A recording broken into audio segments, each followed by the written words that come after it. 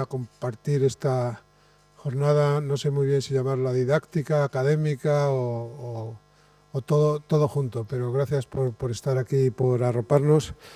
Gracias evidentemente al Museo de Navarra y por consiguiente a su gobierno por la generosidad y hospitalidad de tenernos aquí.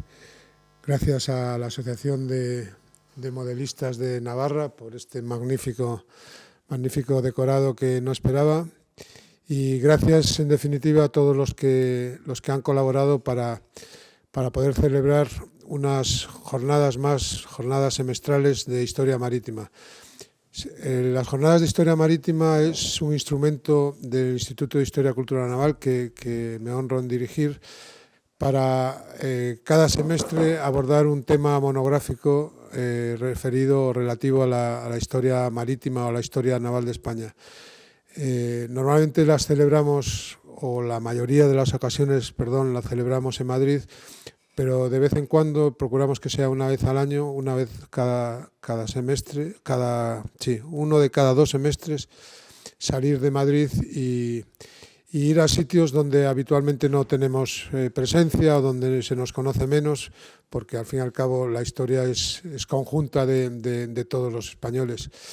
Y por eso estamos aquí. Además, en este caso en Navarra, ya lo veremos también en alguna de las ponencias, pues a través de submarinos y también a través de la logística, tuvo una incidencia importante en episodios navales de la Real Armada. Y nada más, tenemos un plantel extraordinario de ponentes, creo. A los habituales colaboradores se unen en este caso a los locales, a Rafael Torres, catedrático, y también a Agustín Enciso, catedrático también, que ellos particularizarán más en el papel de Navarra en estos sitios históricos a los que me refería. En definitiva, creo que vamos a aprender mucho sobre un tema que es capital, como se ve en el mundo de hoy y era igual en antaño, que es la influencia de la logística en el éxito o en el fracaso de las operaciones militares. Así que nada más, espero que disfruten todos ustedes. Muchas gracias.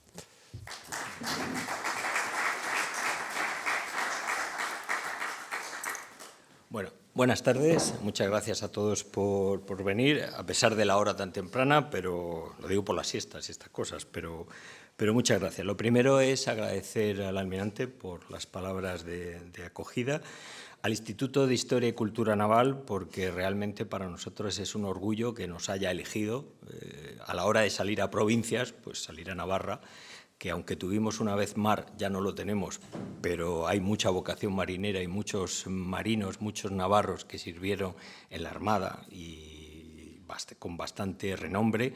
Entonces, para nosotros es un orgullo formar parte de ese, mostrar los colores por toda España, que creo que es importante.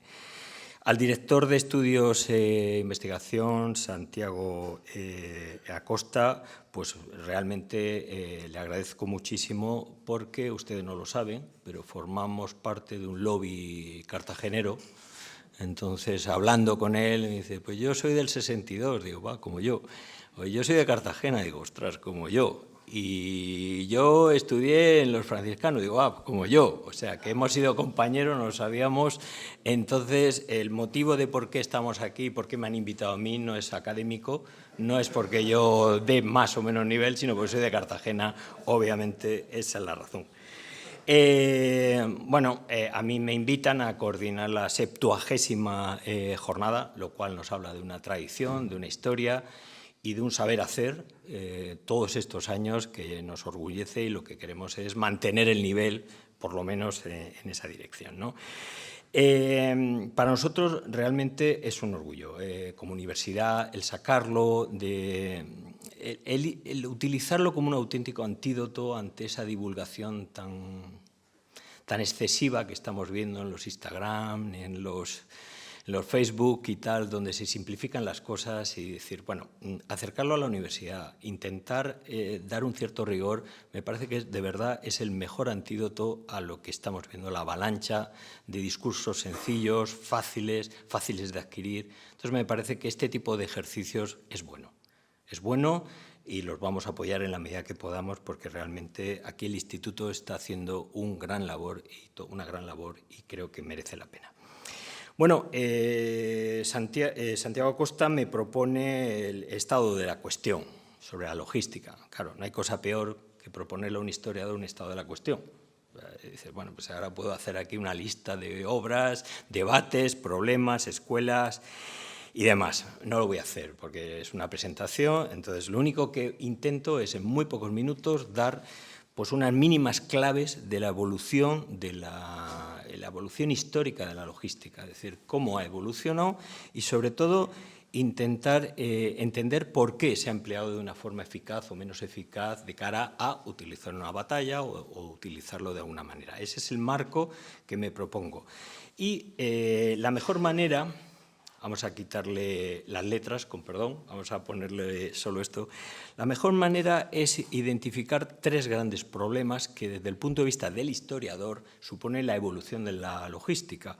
Uno es la capacidad que tiene de organización un Estado para proveer de suministros a las Fuerzas Armadas. Estado. Dos, ¿qué capacidad de reacción tiene la sociedad, los agentes, los proveedores, de poder proveer lo que el Estado quiere? Y tres, ¿cómo esa relación Estado-sociedad evoluciona? Sociedad, Estado, sociedad, relación. Esos son los tres ejes que, como historiador, nos definen claramente lo que es la evolución y lo que significa la logística. Para ilustrarlo, un estado de la cuestión, infinito para mi mente de historiador, eso es infinito, vamos a simplificarlo y lo vamos a simplificar fijándonos en el cuadro. ¿Por qué en el cuadro? El cuadro es un cuadro bien conocido, es la preparación de la botadura del San Ildefonso en Cartagena, no es casualidad, claro, que hayamos elegido esta, Cartagena, 1785, en 6 meses está realizado, lo cual es un récord realmente interesante. Es un cuadro bien conocido de Augusto Ferrer Dalmau. Es un cuadro que se le encarga en el 250 aniversario del Cuerpo de Ingenieros de la Armada, 1770, entonces es ahí. Y es un cuadro en el que, bueno, pues tenemos al San Ildefonso, que es probablemente el barco más prototípico y realmente la maravilla de los barcos, de navíos, de un 74 en este caso, que va a construirse en el 18. Es de José Joaquín Romero y Fernández de Landa. Este San Ildefonso representa un avance casi definitivo en cuanto al siglo XVIII, es un buque mucho más ligero, es mucho más veloz, la eslora 2 metros menos que un Gautier, realmente un producto se define como un barco realmente velero. Eso es lo que vemos ahí, la preparación para la botadura de ese gran buque que representa el San Ildefonso. Pero, ¿por qué? Bueno, al fondo lo que se ve es una fragata, Santa Casilda, aquí, tirado por dos botes, ¿no? Eso es, además, cuida el hecho de que dentro de la dársena no vayan con velas, están muy cuidados los detalles y demás. Esto es lo que vemos en el cuadro. Pero desde el punto de vista de un historiador, ¿cómo se mira este cuadro? Realmente, ¿por qué es importante este cuadro para entender toda la evolución de la logística? Vamos a fijarnos en algunos detalles. Vamos a fijarnos primero en el plano, en estos planos. Para un historiador, lo que más destaca aquí es un plano. ¿Por qué un plano? Un plano significa algo muy importante y es una normalización, es una estandarización del producto, de las medidas, de lo que necesito. Estandarizar algo significa algo muy importante. Y es que puedo prever y, por tanto, puedo conectar con los mercados. A un proveedor le tienes que decir que necesito tantas sábanas, que necesito tantos cartuchos, que necesito tanta medida. Por lo tanto, ¿qué ocurre? Cuando veamos los barcos de Magdalena o de David, galeones y demás, no están normalizados, no hay planos. Los planos los tiene el constructor, los planos están en su casa. Los planos nos siguen apareciendo en los registros de protocolos, porque no están normalizados. ¿Qué ocurre? Que los barcos que van en la Gran Armada, la logística que hay detrás hace que cada barco sea diferente, se construye de manera diferente. Por tanto, hay que adaptarse a esa anormalidad que representa cada barco. Esto ya no ocurre en el siglo XVIII. Y esto que ocurre en este momento evoluciona hasta el siglo XXI. En el siglo XXI, en la NATO, en la OTAN, cada tornillo está secuenciado, se sabe a qué pertenece, dónde pertenece. Esa historia de identificación de los determinados elementos, hay un punto de inflexión que es el siglo XVIII, antes y después del plano. El plano es decisivo. ¿Qué vemos en ese plano? En el plano vemos un control del proceso. Es decir, cuando uno hace un plano es porque hay un Estado que quiere controlar tanto lo que voy a pedir como luego el resultado del producto, es decir, una memoria institucional. Yo hago el plano, chequeo el producto final, en este caso el barco, San Ildefonso, y lo someto a pruebas, en este caso con el San Juan de Nepomuceno, aquí lo tenemos, lo someto y veo qué es lo que se puede cambiar o no, pero el plano queda ahí, para poder chequear. Por lo tanto, no solo controlo, estandarizo, sino que además puedo aplicar procesos de mejora. Eso no existe en un galeón, no existe. Empieza a existir ahora, y esos procesos mejoran por el siglo XIX y siglo XX. Por último, aquí, ¿qué es lo que vemos? Lo que vemos son los ingenieros que hay detrás. Hasta ese momento hay un cuerpo de ingenieros, hay unos servidores públicos que están velando porque ese plano, ese pobre plano, pueda de alguna manera ser controlado, chequeado, guardado, archivado. Los planos de los galeones nos aparecen en los sitios más insospechados, en Motrico, en archivo de familiar de... ¿Por qué? Porque se los lleva el constructor, es que son míos, son para mi hijo. Esto ya no ocurre a partir de este momento y no va a volver a ocurrir. Por lo tanto, desde el punto de vista de evolución logística, en este cuadro lo que vemos es la columna vertebral, que es el plano. ¿Qué más vemos desde el punto, insisto, desde el punto de vista de un historiador? ¿Qué es lo que a mí me sorprende para estudiar la logística? Pues otro elemento fundamental, este infante de marina. Un infante de marina, sí, el infante de marina lo es todo. Lo es todo, ¿por qué? Porque desde el punto de vista de logística significa seguridad, significa la protección de los suministros. Si yo no hago esa protección, ¿por qué? Porque los productos son cada vez más caros. Si yo no protejo esos suministros, significa que yo puedo hacer un buque en cualquier sitio. En la Edad Media, siglo XVI, siglo XVII, lo podemos hacer en una playa, en cualquier playa, con tal de que detrás tengamos un bosque, nos vale cualquier playa, y cuando terminemos nos vamos. En esta época no, porque hay que proteger. Y por tanto, ¿quién protege? El Estado tiene que meter fuerza, tiene que meter militares, tiene que meter infantería de marina. Es la infantería de marina la que construye y permite que haya una base naval. Y esto, a partir de este momento, va a ser una realidad. ¿Qué más elementos vemos? En tercer lugar, el almacén general. Desde el punto de vista logístico, este almacén existe y está tal cual. Santiago ha pasado muchas horas ahí metido, entonces eso me puede contar con pelos y señales cómo es esto. En este momento, cuando se construye ese almacén general, que a pesar del nombre, lo que quiere decir es, en el momento en el que se está votando, en el piso inferior se utiliza administración y contabilidad, en el piso superior se utiliza como armería, en este momento, ¿no? Luego tendrá otros usos y demás. ¿Por qué es importante un almacén? Por una sencilla razón, porque puedo llevar la contabilidad, puedo llevar la administración de todo lo que compro, todo lo que se gasta, qué me falta. Esa contabilidad es importantísima. En este momento se hace una contabilidad por departamentos marítimos, pero esa contabilidad, a lo largo del siglo XVIII, se hace contabilidad nacional. Es el primer sitio que tenemos en España donde hay una contabilidad nacional. Esto no ocurre en el siglo XVI-XVII. No tenemos una contabilidad nacional. Si tú no tienes una contabilidad nacional, a ver si vemos la secuencia, no necesito unos presupuestos, bueno, ahora tampoco los necesitamos, pero no necesito unos presupuestos. Si yo no necesito unos presupuestos, es que no tengo que pedirle donativos a una villa o a un noble o a un no sé qué. En el siglo XVIII no puede ser, porque hay una contabilidad nacional, dependo de unos presupuestos, de unas asignaciones a Marina y, por tanto, dependo de ese presupuesto. ¿Qué significa ese presupuesto y esa contabilidad? Que el proveedor, los mercados, la sociedad, sabe qué voy a necesitar. Si sabe lo que voy a necesitar, puedo ajustar.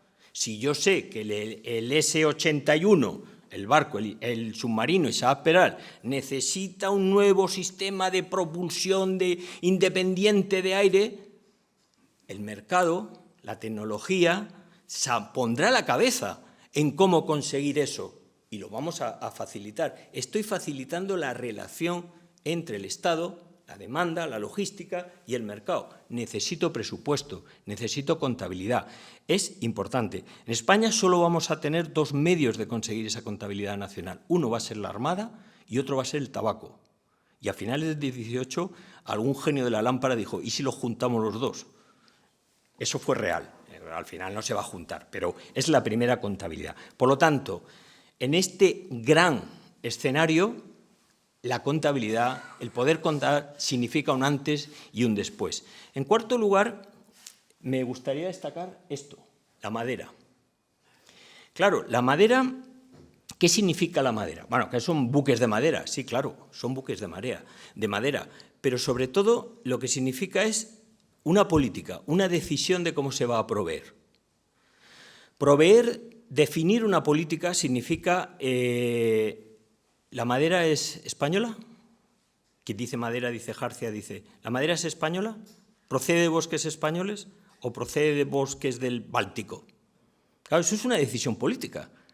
Y esa decisión política no es baladí, porque la tendencia de cualquier político desde la edad moderna es mercantilista hasta hoy. No, que lo haga la industria nacional, que lo haga. Claro, en el 18 esa decisión es claramente mercantilista, que salga de las fuentes nacionales, que se provea por fuentes nacionales. Pero ¿qué es lo que ocurre? Que la geografía de abastecimiento va cambiando en cada época. Y lo que va haciendo es que en un momento dado te salga mucho más rentable conseguirlo en un sitio o en otro. Por ejemplo, si se fijan en el detalle, no sé si Ferrer Dalmau lo hizo a conciencia, pero esta madera está cortada, ¿no? Está cortada. Son listones. Eso tiene que ver con el proceso de construcción, mucho más barato utilizar planchas de pino, de lo que sea, que utilizar los robles, que cada vez nos cuestan más caros, etcétera, etcétera. Pero claro, la decisión es, ¿los cortamos en Cartagena o los cortamos en el Báltico? Eso es una decisión política. Si yo decido cortarlo en Cartagena es una película, si yo decido cortarlo en el Báltico es otra. ¿Por qué? Porque en el Báltico necesito unos representantes comerciales. Necesito una línea de crédito para pagar allí a los que están cortando. Tomar esa decisión no es una decisión baladí, es una decisión muy seria. Por lo tanto, la provisión es algo que nos conecta realmente con los mercados, nos conecta con la política. La relación entre Estado y sociedad se define en este marco. Y por último, algo aparentemente menor, pero que es muy importante, y es toda esta maraña de trabajadores. Es que la logística, a medida que va pasando la edad moderna, edad contemporánea, lo que vamos haciendo es que consume cada vez más puestos de trabajo. Y lo que es un encargo a un constructor en el siglo XVI, para que él se encargue de coger una cuadrilla, eso se empieza a sobredimensionar, sobre todo a partir del siglo XVIII, porque empezamos a tener una enorme necesidad de miles de puestos de trabajo. Cuando digo miles, digo miles. Cartagena en este momento está contratando a 7.000 personas. La Volkswagen en este momento está entre 4 y 5.000, más o menos. Estamos hablando de 7.000 puestos de trabajo. Claro, ¿qué ocurre desde el punto de vista de desarrollo de Estado, de organización? Yo tengo que organizar los tiempos, los horarios, a qué hora entra, a qué hora sale la disciplina, etcétera, etcétera, etcétera.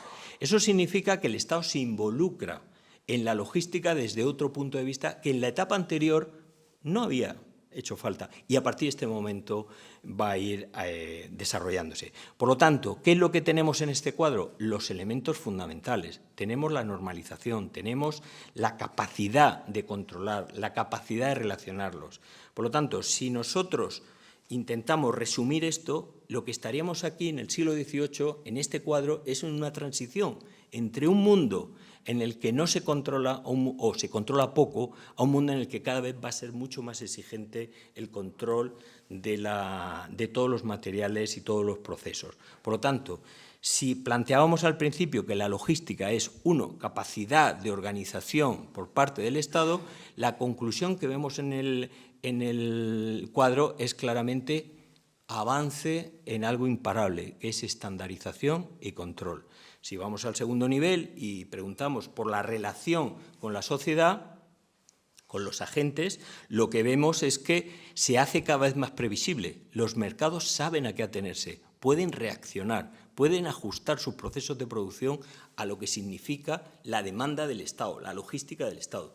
Y por último, todo esto se hace en el siglo XVIII, para mí es mi pasión, el siglo XVIII es la parte que significa una inflexión entre un mundo y otro. Y además todo esto se hace en Cartagena. Todo eso. Muchas gracias.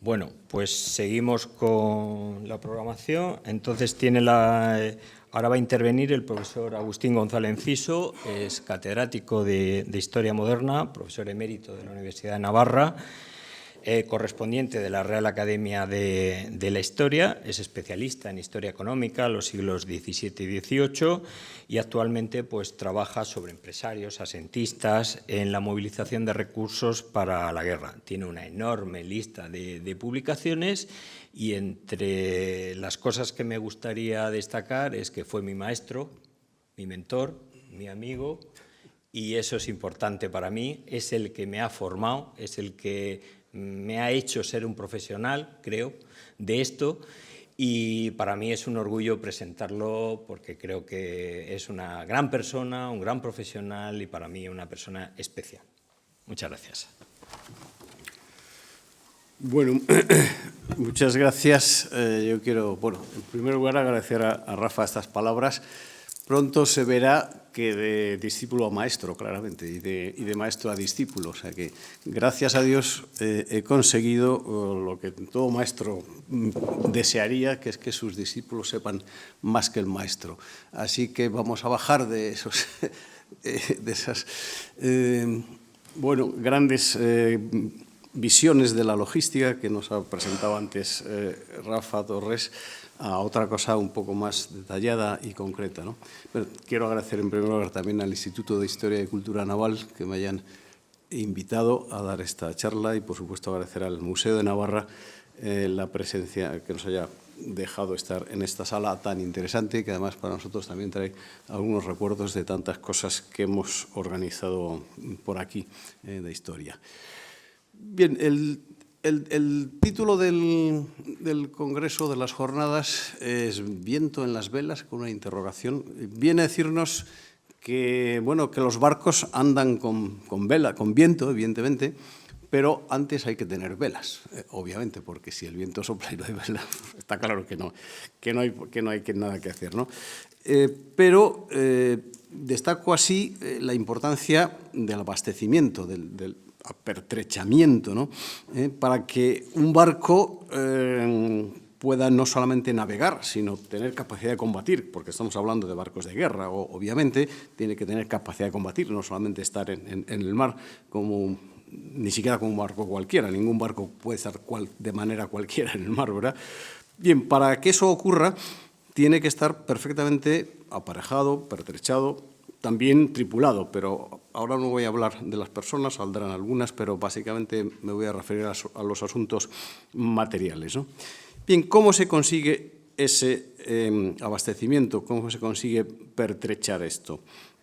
Pues básicamente tenemos que hablar de lo que nuestro querido amigo y también maestro en estas lides, José Patricio Merino, hablaba de la marina en tierra, porque efectivamente el barco está en el puerto, como hemos visto ahí, ya no lo vemos, pero lo hemos estado viendo y nos lo han estado explicando perfectamente, está en tierra y ahí llegan todas las cosas, primero la fabricación del barco y luego todo su abastecimiento.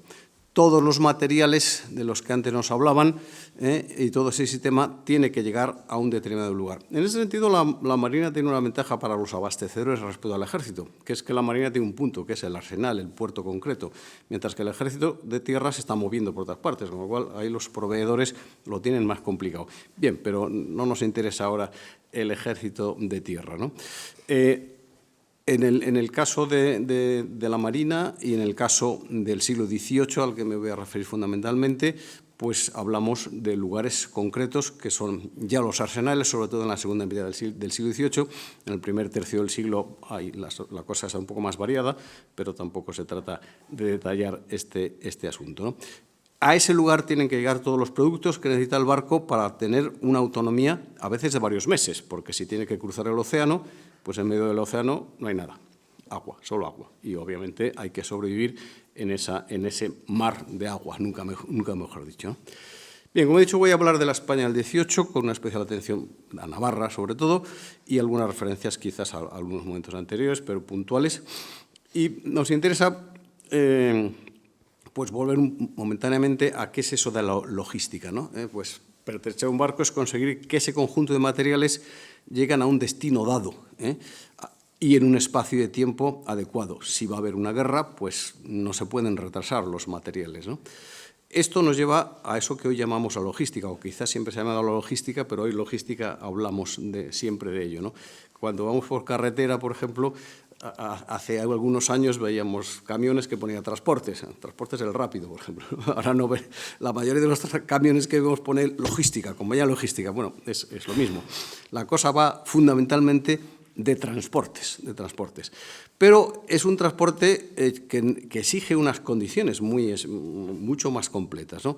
Se tiene que garantizar eso que se ha dado a llamar en inglés el just in time. Hay que llegar a tiempo en su momento, ¿no? Si llegas más tarde ya no sirve, porque el mercado va mucho más deprisa que en otras épocas, ¿no?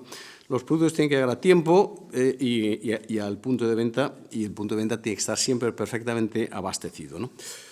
Una definición de logística podría ser que hay que gestionar la planificación, la implementación y el control del flujo eficiente de bienes, de información, de recursos, y eso desde el punto de origen de cada uno de esos elementos que he mencionado hasta el punto de consumo, ¿eh? El objetivo, pues asegurar que los productos llegan en el momento oportuno, al lugar adecuado, al menor costo posible y con la calidad requerida. Como hemos dicho antes también, según los estándares también adecuados, ¿no? Bien, eso, digamos, es una definición que afecta a cualquier empresa en nuestros días. Pero es, como también nos han dicho antes, la Real Armada funcionaba ya, en este sentido, como una empresa, ¿eh? Más que la Real Armada, quizás podríamos decir la Secretaría de Marina, que era la que entonces dirigía el asunto, ¿no? Bien, en la España del siglo XVIII, la Secretaría de Marina, creada precisamente en ese siglo, no existía antes una Secretaría de Marina, dirige las operaciones de abastecimiento de los 3 arsenales que también se crean en ese siglo, Cádiz, Ferrol y Cartagena, aunque ciertamente su operatividad tardó bastante a lo largo de varias décadas, pero ya desde 1726 se definen los 3 arsenales, los 3 departamentos marítimos, y eso llega pues, hasta nuestros días.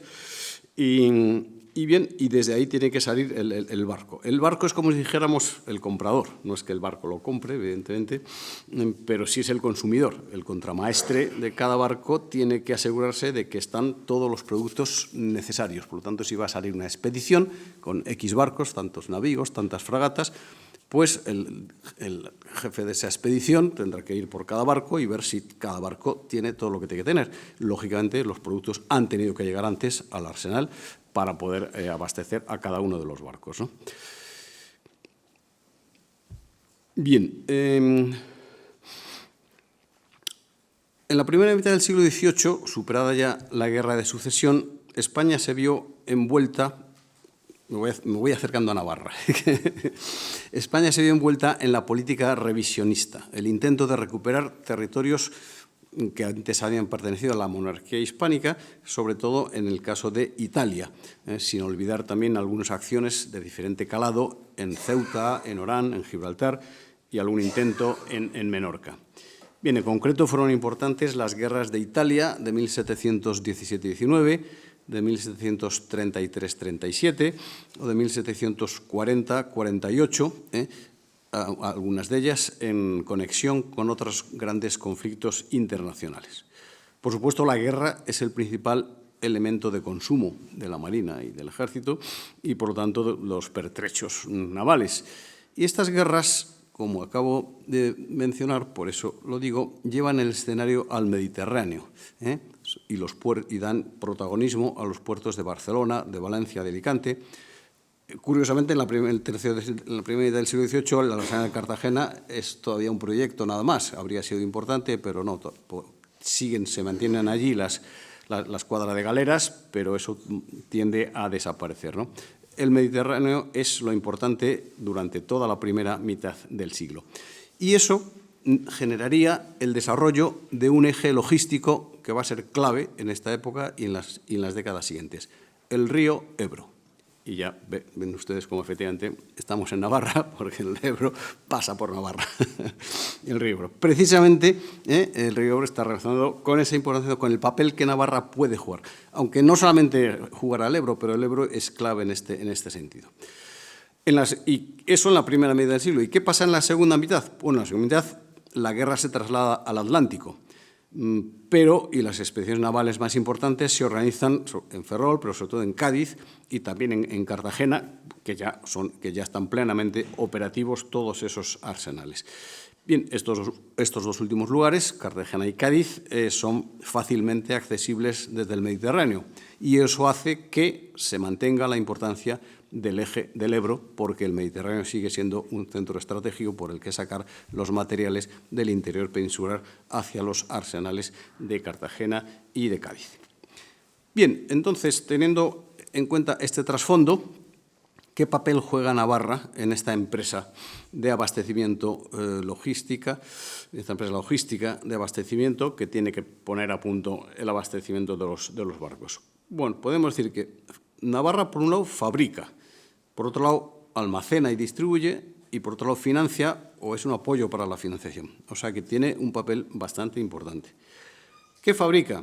Pues fabrica, que sepamos, fundamentalmente valería para los cañones, fabrica pólvora y produce maderas, cáñamo y hierro, elementos de hierro, herramientas, lo que sea, ¿no?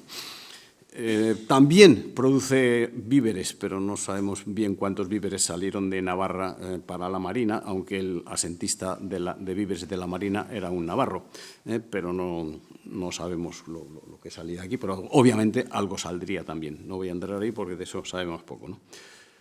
Navarra almacena y distribuye.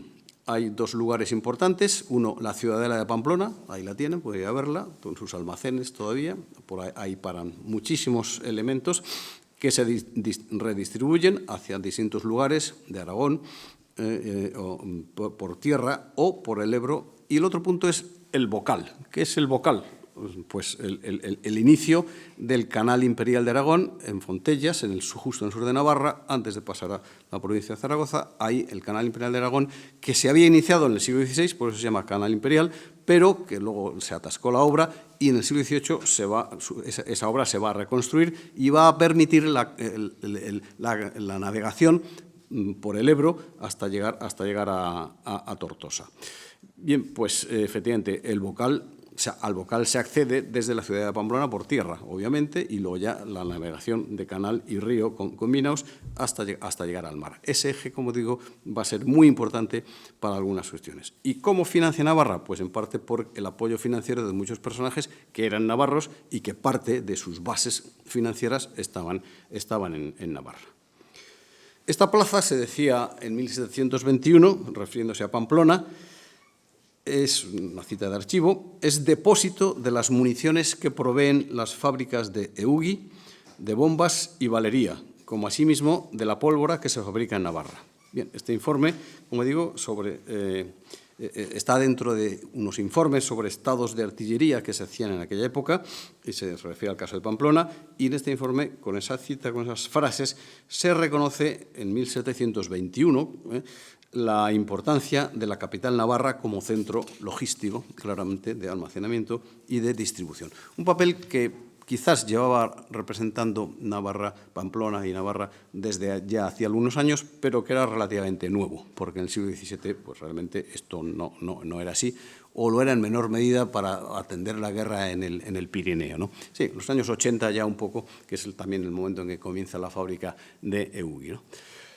Bien, entonces pasamos, después de esta aproximación más o menos general, pasamos a ver los productos. He dicho que Navarra fabricaba una serie de productos. ¿Qué es lo que fabricaba? Bueno, en primer lugar voy a hablar de la madera, porque obviamente la madera es muy importante, lo hemos visto también. Antes los barcos eran de madera, la madera es absolutamente necesaria, lo que más se necesita para un barco, para que el barco exista, no ya para que navegue y necesite velas y tal, ¿verdad? Sino que obviamente se necesita el propio barco, y eso es madera, madera, madera y más madera, ¿no? Navarra, junto a toda la cornisa cantábrica y los Pirineos, forma parte de una de las zonas más importantes de abastecimiento maderero a lo largo del siglo. Aunque Navarra no entró siempre con la misma importancia que otros lugares peninsulares en este abastecimiento, pero no estuvo ni mucho menos al margen, ¿no? Si nos centramos en el siglo XVIII, poco antes del siglo XVIII, en 1699, ya hay un asiento. Un asiento es un contrato de un particular con el Estado para comprar y abastecer una serie de productos. Se llama asiento, permítame la digresión, porque el contrato quedaba asentado en los libros de contabilidad, y de ahí la palabra asiento. Y luego de ese aspecto concreto particular se va a lo general y se llama asiento al contrato. O sea, que no es que nadie se siente en ningún sitio. Porque a veces cuando traduces las cosas, luego los traductores, traidor, ¿verdad? Y entonces te salta que el asiento contrató con el rey. ¿Cómo que el asiento contrató con el rey? Sí, el asentista, quiere decir asiento. Bueno, bien, cosas más o menos graciosas. Bien, en 1699, Goyeneche y Bidarte hacen ya un asiento de maderas para proveer al rey, a la naciente marina en los finales años del XVII y primeros del XVIII, un asiento que tuvo importancia con la defensa de Cádiz en 1702, por ejemplo, y en algunos momentos de la guerra de sucesión. Bien, pasado este momento y pasada la guerra de sucesión, José Patricio Merino distinguió 3 etapas en el abastecimiento de madera. Una hasta 1750, una segunda entre 1750 y 1780 y otra entre 1780 y 1805. En la primera etapa, hasta mediados de siglo, la demanda de madera era todavía relativamente pequeña. Los aproximadamente 70 navíos contabiliza Benigno Navarro que se construyen en Guarnizo y La Habana. Claro, entonces en esos años se construye más en La Habana, donde también había un arsenal y que se estaba desarrollando en ese momento. Pero claro, lo que ocurre en La Habana no tiene nada que ver con la península ni con Navarra, por supuesto. Es un mundo aparte, que tiene que ver con la Secretaría Marina y con la Real Armada, obviamente, pero no tiene que ver con nosotros. Por lo tanto, nos podemos olvidar de ello. Si nos quedamos con lo que se construía en Guarnizo, en Santander, que ese sí que estaba construido también igual que La Habana, pues entonces nos quedamos con que durante el primer tercio, incluso la primera mitad del siglo XVIII, la demanda maderera de la Marina era todavía relativamente pequeña y Navarra no participa porque Navarra se considera de momento un lugar más o menos apartado, de más difícil acceso y por lo tanto no prescindible si no era absolutamente necesario. Pero en la segunda etapa, entre 1750 y 1780, sí, las necesidades crecen y hay muchas zonas productoras. El problema de la madera es único, ¿verdad? Pero hay que explotar todas las zonas que fueran más provechosas y las que eran menos provechosas también, porque se necesita más madera. Y hay que buscarla donde sea y luego ver cuál es el momento más fácil de acceder, la manera más fácil de hacerlo, los lugares que salen más barato la explotación, pero en cualquier caso hay que buscarla. Y ahí ya entra Navarra. Al parecer, la madera navarra inicia su destino con la Armada en un encargo hecho a la Compañía Guipuzcoana de Caracas para el acopio de madera para la construcción naval en 1766, o sea que es una aparición, digamos, relativamente tardía. Se trata de cantidades pequeñas, se encarga madera para 2 navíos que se construirían en el Ferrol, y de momento, en estos años, se explota la zona del Bidasoa. ¿Por qué el Bidasoa? El Bidasoa da la vertiente cantábrica y tiene, en teoría, una salida más fácil al mar, más cercana. Entre una semana por tierra y agua, las maderas llegaban de los montes navarros de la zona del Baztán y cercanas a Fuenterrabía. El centro de almacenamiento maderero importante en ese momento era Sant Esteban, Don Esteve, que todavía hoy es un centro donde se almacenan maderas de la zona, ¿no? Y eso va, como digo, al Bidasoa y a Fuenterrabía. La calidad se consideró buena hasta 1769. No es que después no lo fuera, es que ese año hubo algún problema, alguien dijo algo y parece que no sé qué, pero ese alguien se había equivocado y resultó que no, que sí, que la madera era buena y se siguió explotando la madera del Bidasoa durante un tiempo. Digo esto, aunque parezca una anécdota, porque claro, no se está explotando la madera sin más, se está mirando la calidad, se está mirando que esa madera encaje en las necesidades logísticas y de construcción. No es madera sin más, es madera adecuada a las necesidades estandarizadas que ha dicho el constructor naval de cómo tienen que ser las piezas, cómo se tienen que cortar, etcétera, ¿no? La irrupción de madera navarra tiene que ver con el agotamiento de los montes de Santander, Guarnizo, en la zona alrededor, y también entonces se pensaba la mala calidad de los montes de Asturias. No se consideraba mucho a los asturianos, ¿no? También la consideración de que Guipúzcoa, pues aunque tenía buenos montes, no daba abasto, y por otra parte Navarra también estaba cerca del Cantábrico, ¿no? Ese encargo a la Compañía Guipuzcoana del año 66 duró hasta 1782, incluso a pesar de que ya había empezado la guerra contra Gran Bretaña. Bien, en la última etapa señalada, entre 1780 y 1805, Navarra volvió a participar, porque era una zona que todavía, a pesar de todo, estaba menos explotada, cuando ya se empezó a notar la escasez de otros lugares, ¿no? Desde el año 79, González de Castejón, ministro de Marina, navarro también, secretario de Marina, ordenó inspeccionar en montes del Pirineo navarro, y en la década de los 80, en que la madera se cortaba, en esos primeros años de los 80, por administración directa, es decir, la Secretaría de Marina la que se encargaba directamente de organizar las cortas, pues se organizaron cortas de madera todavía en la zona del Bidasoa. Aunque las cortas las organizaba directamente, en este caso, la Secretaría de Marina, sin embargo, claro, una cosa es organizar la corta, pero hay que cortar, hay que arreglar la madera, hay que hacer los pequeños transportes, etcétera, y ahí sí se recurre otra vez a asentistas. Es un espectro social bastante amplio el que está moviéndose en torno a esas cortas, que está dirigiendo un oficial de la Marina, que se encarga directamente desde Secretaría de Marina, pero que cuenta con un montón de personajes de mano de obra, ¿verdad?, y de pequeños financieros, pequeños empresarios que se mueven en ese sentido, ¿no? Como decía, en los años 80 todavía se cortó en los montes de Bidasoa y de la Burunda, y una zona más occidental de Navarra, y se seguía saliendo por el Bidasoa. Pero en los años 90 se vuelve otra vez al sistema de asiento para organizar la corta, y en este caso destaca el asiento firmado por Vicente Gambra en el Roncal en 1792. Se explota la zona del Roncal y de ahí se trasladaba la madera en Almadías, por el río Esca, por el río Irati, por el río Aragón, hacia el Ebro. Aquí, efectivamente, también el Ebro está haciendo ese papel fundamental, aunque hay otros ríos a través de los cuales se accede, ¿verdad? Además de maderas de construcción, Navarra participó en la obtención de madera para remos, para embarcaciones pequeñas, muy útiles para transportes, en espacios pequeños, en ríos, puertos, para trabajos de embarque y desembarque. Bien, es una cosa menor, evidentemente no hablamos de navíos, pero esos remos son importantes, ¿no?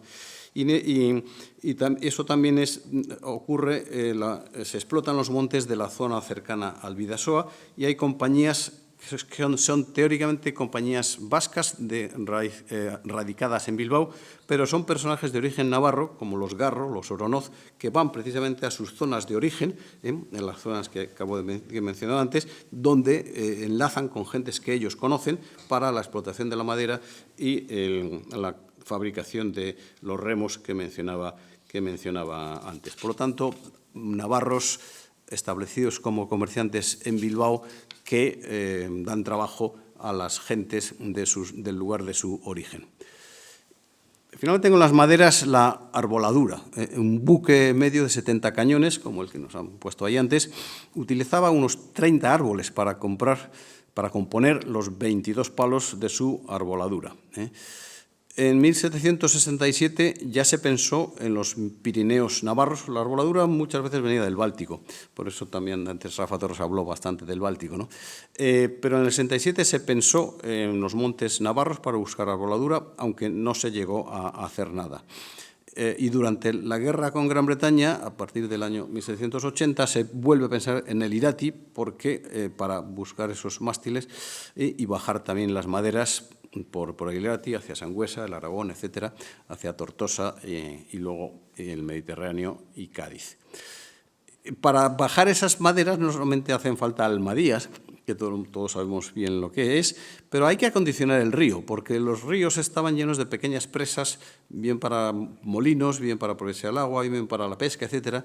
Había que cambiar esas presas, quitar las presas o hacer que las maderas pudieran navegar por encima de las presas. Claro, hay que hacer algún arreglo, ¿no? Y luego también los ríos tienen más o menos caudal según las zonas. Entonces, para que esos grandes troncos pudieran navegar, había que hacer esclusas. O sea, que la explotación maderera no es que vayan unos señores, corten y me llevo el tronco. Eso se dice muy pronto, pero es una operación tremendamente complicada y el transporte suponía unos costes enormes y había que hacer unas labores de adecentamiento del río bastante complicadas. Bueno, dejamos la madera y hemos visto cómo efectivamente, según los momentos y épocas, según las zonas, Navarra hace una aportación complementaria pero importante al abastecimiento de madera que se necesita, suponemos, sobre todo en la última parte, para la madera que iba al arsenal de Cartagena, fundamentalmente. Otro producto es el cáñamo, fundamental para los cordajes y las velas, una íntima relación con la marina que demanda cáñamo en grandes cantidades y de calidad suficiente y que supone una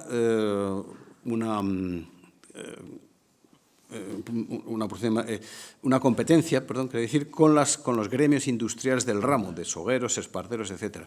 Bueno, la madera también supone una competencia muy fuerte con las localidades, los lugares, con los pueblos del lugar, porque todos explotaban la madera. Entonces, ahí hay grandes disputas por el uso del monte y por los privilegios que pueden tener los pueblos para utilizar esas maderas, o si los montes eran del rey y podía usarlos libremente o no. Ahí hay una complejidad bastante grande. También en el caso del cáñamo, los privilegios de los gremios les daban unas ventajas para obtener la materia prima, que de llevarse toda la materia prima los gremios, la marina, pues habría resultado mucho más cara para los gremios. O sea que, efectivamente, por una parte hay una enorme colaboración entre la marina y la sociedad para abastecer todos los productos, pero al mismo tiempo también se crean una serie de conflictos importantes, sobre todo por la disputa por esa materia prima, porque,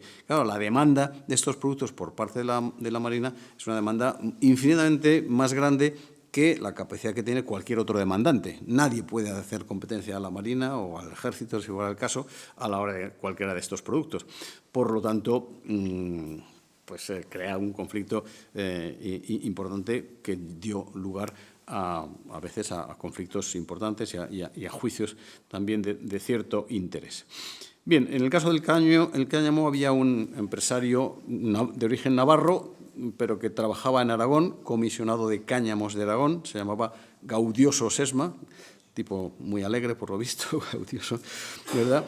Y envió a fardos a través de San Sebastián para el arsenal de Ferrol y también se abastecía de cáñamos de Aragón y de Navarra. Bien, y finalmente, hierro. Claro, el hierro interviene. Hemos dicho antes que los barcos son de madera, y lo vuelvo a decir, evidentemente los barcos eran de madera, pero llevaban una enorme cantidad de hierro. O sea, perdón, se ha calculado que aproximadamente 1/3 del desplazamiento del barco se debía al peso del hierro. El hierro lo llevaba en primer lugar la artillería, las municiones, luego la enorme cantidad de clavos que unían todas las piezas, las anclas, los herrajes en general, había muchas piezas de hierro en los barcos, el lastre, cuando no llevaban otra cosa, llevaban lastre de hierro. O sea que el hierro es un elemento muy importante también en los barcos. Y Navarra también participa, sobre todo en el abastecimiento de clavos a través de las ferrerías. Navarra era un sitio donde había muchas ferrerías, no tantas como en Vizcaya o Guipúzcoa, pero tenía la ventaja de que los clavos y los elementos de hierro navarros eran más baratos. El hierro vizcaíno o las ferrerías vizcaínas trabajaban a precios más elevados, pues, según lo que decía la gente de la época, y entonces los navarros tenían en ese sentido una cierta ventaja. Todo este abastecimiento se hacía también a través de asentistas, que eran los que se encargaban o bien de fabricar estos productos o bien de comprar el producto ya fabricado a los gremios que lo hacían. O sea que ahí depende, hay variedades. Lo que no sabemos es las cantidades, porque no es algo que esté suficientemente estudiado, pero sí sabemos esa importante participación. Bien, pero a mí me gusta destacar algo que sí que es muy singular de Navarra, que es la valería. En Navarra hay dos grandes fábricas, la fábrica de Eugui y la fábrica de Orbaiceta, y dos pequeñas fábricas que funcionaron en las primeras décadas del siglo XVIII, que son las de Asura e Iturbieta. Todas ellas, según los momentos, fabricaron balas y bombas, pero las bombas las utilizaba más el ejército de tierra, pero las balas o las granadas de mano, que iban para la infantería también de tierra o de marina, las balas y las llamadas palanquetas, que son unas barras con bolas que salen del cañón dando vueltas y rompen las velas y rompen las jarcias y tal.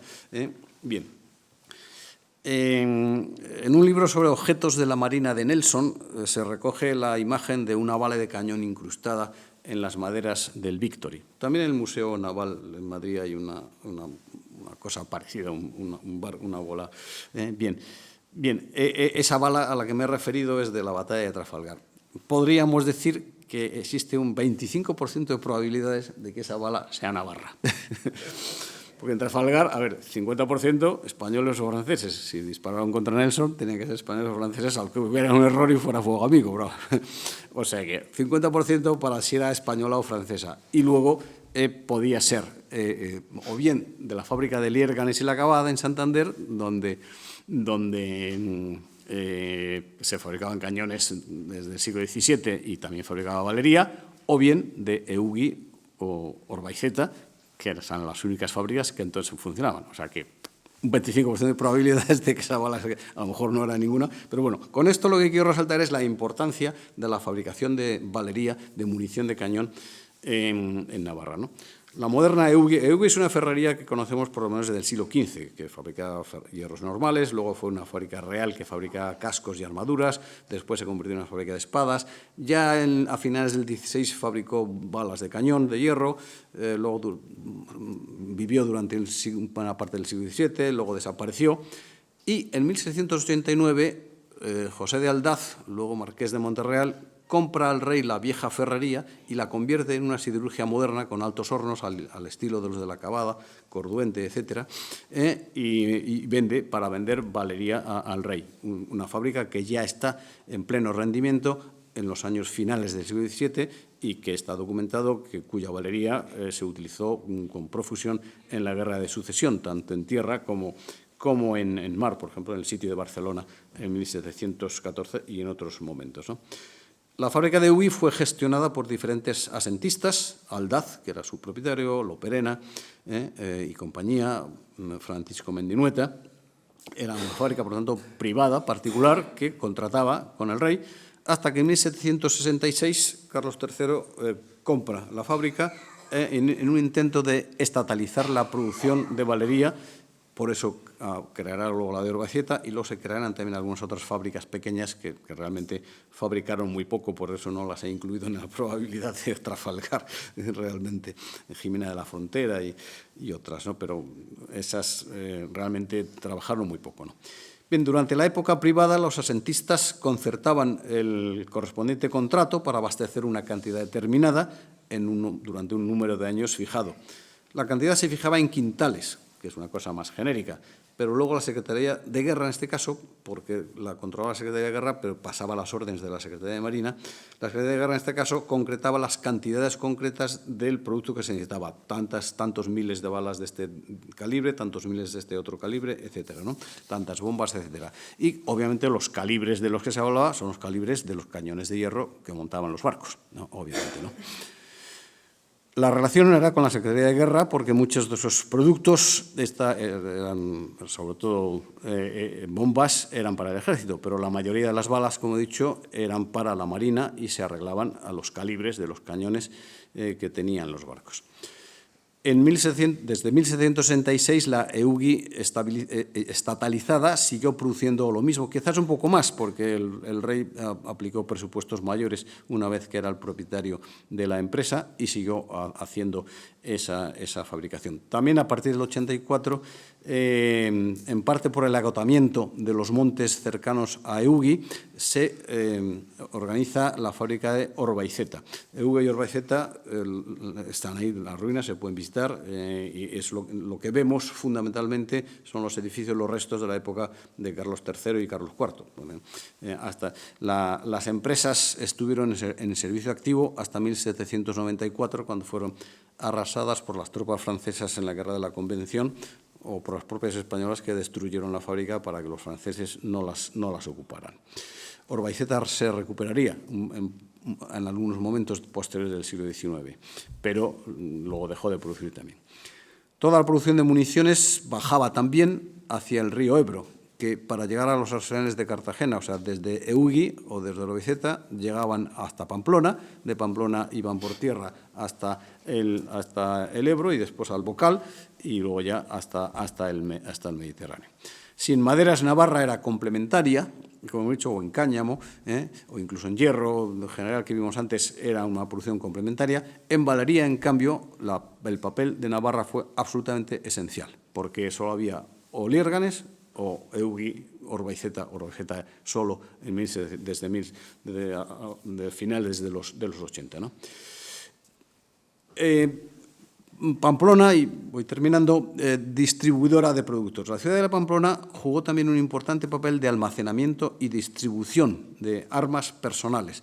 Las pistolas y los fusiles que llevaba la infantería marina, que hemos visto antes ahí fotografiada, dispuestos a defender todo aquello, venían fundamentalmente de las fábricas de Plasencia de las Armas, Soraluce, en Vizcaya. Bien, en el País Vasco. Esas armas eran las propias del ejército, pero también, lógicamente, las de la infantería de marina. Está documentado que durante el siglo XVIII una parte importante de esas armas se enviaban desde Plasencia a la ciudadela de Pamplona, y desde la ciudad de Pamplona, a través del asentista del transporte de armas, que era también Mendinueta, se enviaban otra vez al Ebro. Una vez más, el Ebro haciendo traspasar todos los elementos que luego iban a abastecer los barcos de la Marina.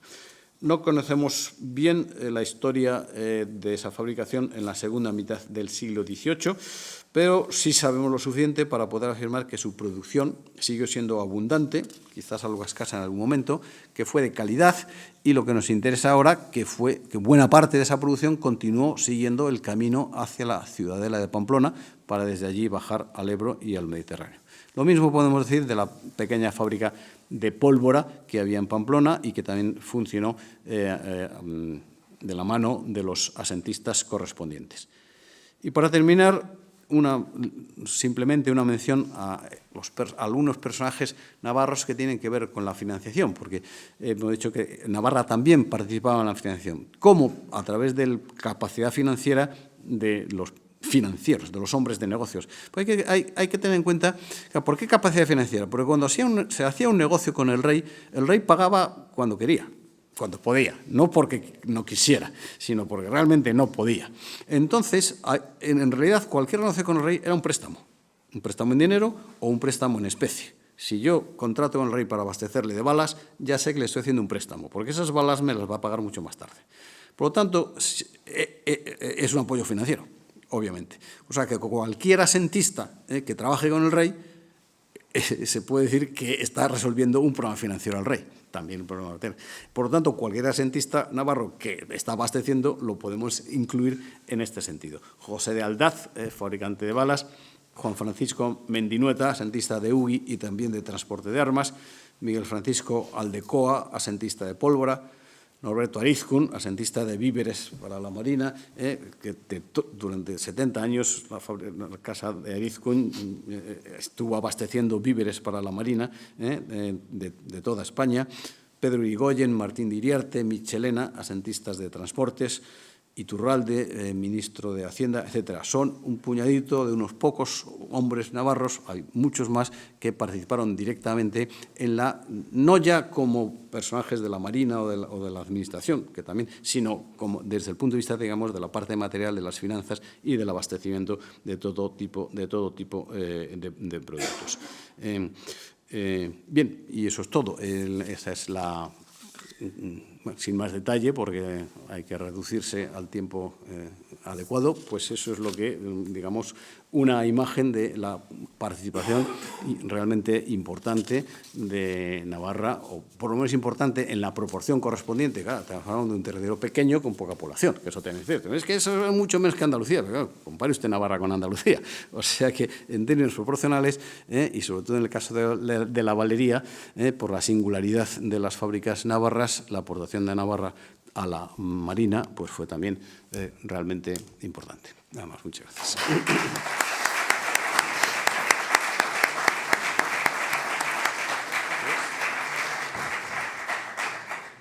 Sí, subes tú ahora ya.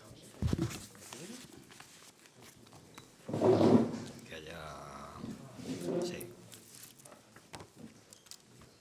Solo tienes que decir esto. Lo que quieras. ¿Qué hago? Vale. Venga. Bueno, pues sin apenas continuidad ni tiempo para nada más, David, por favor.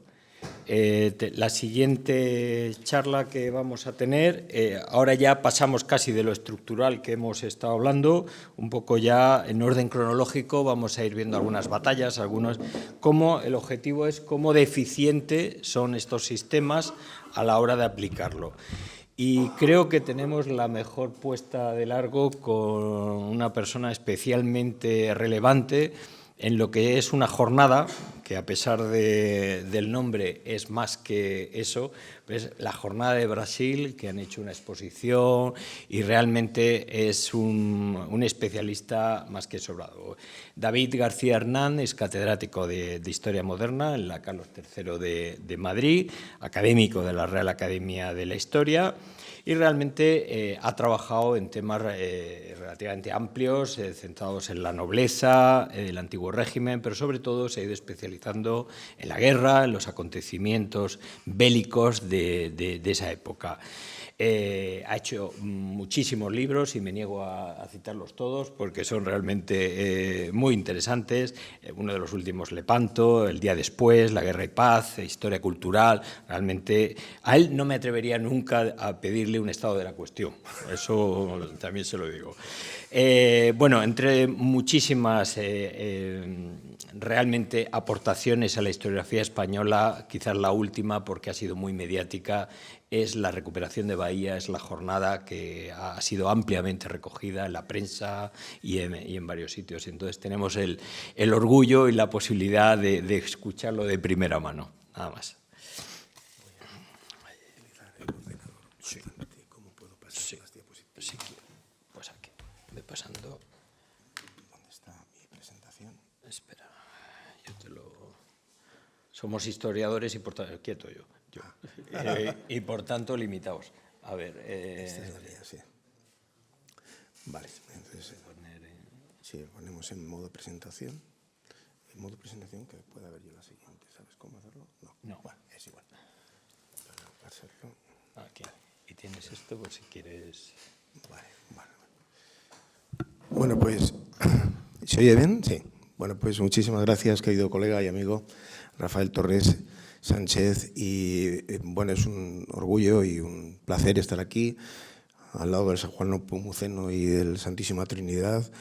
Y bueno, doy por ello las gracias al Instituto de Historia y Cultura Naval por haberme invitado y al Museo de Navarra por estas magníficas instalaciones, y el poder hablar ante todos ustedes pues es un auténtico honor, y no quisiera que estas palabras quedaran como algo meramente protocolario, sino que de verdad así lo siento. Bueno, en el contexto de la paz de Tilsit en 1807, en las entrevistas que mantuvieron el zar de todas las Rusias, Alejandro I, y Napoleón Bonaparte, el zar le llegó a decir a Napoleón en un determinado momento, que lo oyeron sus generales: la amistad de un gran hombre es un regalo de los dioses. Cuando ya estuvieron a solas los generales y los mariscales con Napoleón, le dijeron: hay que ver, Sire, cómo es posible que tenga al zar de Rusia a sus pies. Y la respuesta de Napoleón nos viene muy bien para esta charla. La victoria tiene muchos padres, la derrota es huérfana. ¿Por qué digo esto? La jornada del Brasil es, y ya lo digo desde el principio, sin ningún tipo de limitación ni de moderación, uno de los éxitos logísticos más importantes de la historia de España. Pero, sin embargo, se ha quedado huérfano. Sin embargo, se ha quedado huérfano porque hubo muchos que quisieron ser padres de la victoria, ¿no? Pero la victoria fue esencialmente logística por dos razones esencialmente. Primero, por la amplitud de la fuerza desplegada para cruzar el Océano Atlántico, la mayor fuerza de guerra que hasta entonces había cruzado el Océano Atlántico. Realmente inaudito para la época. Además, me ha venido muy bien la introducción que ha hecho Rafael Torres Sánchez, porque si él dice que la revolución se da en el siglo XVIII, entonces de lo que yo estoy hablando, principios del XVII, tiene mucho más mérito, ¿no? Porque no están estandarizados los planos ni estas cosas, ¿no? ¿Cómo es posible, ¿no? Ahora veremos cómo esto se materializa incluso en la literatura, ¿no? Por un lado, la amplitud de la fuerza naval y terrestre, 12.500 hombres, ahí es nada para cruzar el Atlántico, ¿no? Con una posibilidad de morir en el intento de un 10% en el cruzar el Atlántico, se calcula más o menos. Todos hacían testamento antes de cruzar el Atlántico, ¿no? Y segunda cuestión, por la rapidez con que se hace. Se hace una rapidez realmente increíble. Les voy a poner luego una cronología que no la voy a leer entera, lógicamente, pero que les va a hacer ver cómo es posible que se pudiera realizar esto en tan breve tiempo, ¿no? Fue un reto insólito, que sin embargo, pues no ha tenido hasta ahora, en lo que se refiere al aspecto logístico, el padre debido, ¿no? Pero ya lo tenemos a raíz de la exposición y de lo que les voy a decir yo ahora, ¿no? La imagen que teníamos tradicional es la que yo creo que todos ustedes conocen, que es la del cuadro de Fray Juan Bautista Maíno, del programa iconográfico del Salón de Reinos. Este cuadro de la recuperación de Salvador de Bahía, que había sido tomada por los holandeses en 1624 y que fue un auténtico zarpazo para la monarquía, para el Imperio Español, porque suponía un peligro evidente para muchas cosas, ¿no? Un peligro para controlar la ruta del Atlántico, controlar el Mar Caribe, incluso hasta la Plata de Potosí. El gobernador de Filipinas ya se puso en alarma, ¿no? De que los holandeses estaban ahí, ¿no? Bien, fue algo que tuvo en la época una repercusión realmente extraordinaria. Sin embargo, la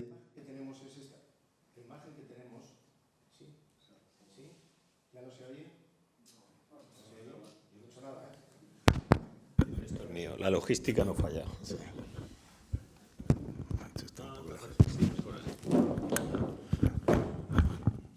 Sí, ¿se oye? Sí, ¿no? Bien, correcto. Bien, la imagen que tenemos, este cuadro de Maíno, en el que, como ven ustedes, la fuerza naval y militar apenas tiene relevancia dentro del cuadro y mucho menos la logística, cuando precisamente la logística, como he dicho antes, es la madre de la victoria, ¿no? Bien, aquí lo que se trata es que el padre de esta criatura, ¿no?, de esta obra de Juan Bautista Marino, que tiene una originalidad extraordinaria para la época y tiene una calidad maravillosa, y ha sido estudiada por muchos autores, entre ellos Sir John Eliot, refleja sobre todo el papel que quiere tomar el conde duque de Olivares en la jornada del Brasil, cuando, como vamos a ver, tiene un papel más bien pequeño. Ahora vamos a ver quién realmente tiene ese papel, ¿no? Y sin embargo aparece ahí indicado por Fadrique Alba de Toledo, que aparece en un plano medio indicando que miren los holandeses vencidos al tapiz de Felipe IV coronado por la victoria por la diosa Minerva, y el conde duque de Olivares, que tiene en su mano ni más ni menos que el montante de los reyes católicos, que es el símbolo del poder militar del Estado, que es prácticamente como decir que es el símbolo del Estado, porque es la fuerza del Estado, ¿no? Bien, y a partir de ahí, bueno, pues la piedad católica, curando al herido holandés, etcétera, pero como vemos, no aparece la fuerza naval y militar suficientemente, y ni menos, mucho menos la logística, ¿no? Bien, al hilo del cuadro de Maíno, en el que aparece el conde duque con un gran protagonismo, la crónica oficial de Tamayo de Vargas también está guiada, casi dictada por el propio conde duque, y es la crónica más conocida sobre la recuperación de Salvador de Bahía. Hay otras crónicas de los portugueses, por ejemplo, que también quieren hacerse padres de la victoria, porque dicen que la participación portuguesa fue realmente extraordinaria, ¿no?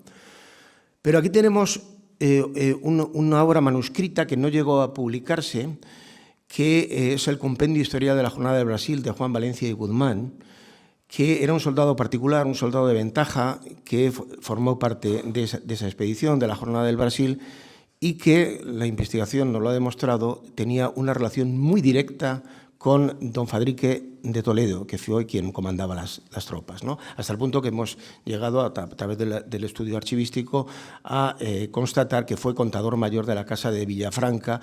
La Casa de Villafranca, el padre de Fadrique era marqués de Villafranca y su hijo también era marqués de Villafranca. Y buena parte de la documentación de la Casa de Valdueza está en Villafranca, en el archivo de Sanlúcar, en la Fundación Medina de Sidonia, ¿no? Bien, ¿por qué les digo esto? Porque Valencia y Guzmán quiso conseguir algo que no logró. Quiso dar importancia a la logística, pero claro, ahí estaba quienes querían hacerse padres de la victoria, entre ellos el conde duque, ¿no? Y no estaban dispuestos a esto, ¿no? Esta obra es realmente maravillosa en cuanto a la exposición absolutamente detallada de los barcos que participaron, de las dotaciones de cada uno de los barcos, de los tercios que participaron. Les voy a poner algún ejemplo, ¿no?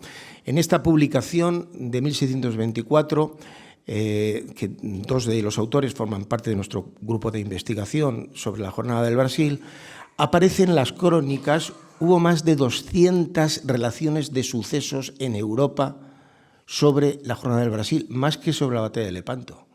Imagínense, en ese contexto, lo que pudo ser de admiración para Europa la respuesta que dio el rey de España al ataque holandés. Bueno, pues en este libro, al cual me remito, porque yo no voy a hablar ahora aquí tampoco de todos los quintales de bizcocho que llevaron, no tiene sentido, ¿no? Pero a modo de ejemplo, yo les pongo en esta página, por ejemplo, del libro, que es una edición crítica de este compendio historial, por ejemplo, los navíos de la Armada de Portugal, quienes formaban la gente de mar y la gente de guerra, las piezas de artillería, la pelotería, la pólvora en quintales, etcétera, de la Armada de Portugal. Luego están las otras armadas, de la Cuatro Villas, el Estrecho, etcétera, y luego los bastimentos que llevaron, por ejemplo, 39.535 quintales de bizcocho ordinarios, 4.500 pipas de vino de Jerez y de Málaga, 3.268 quintales de tocino de Flandes, 1.200 quintales de queso de Cerdeña.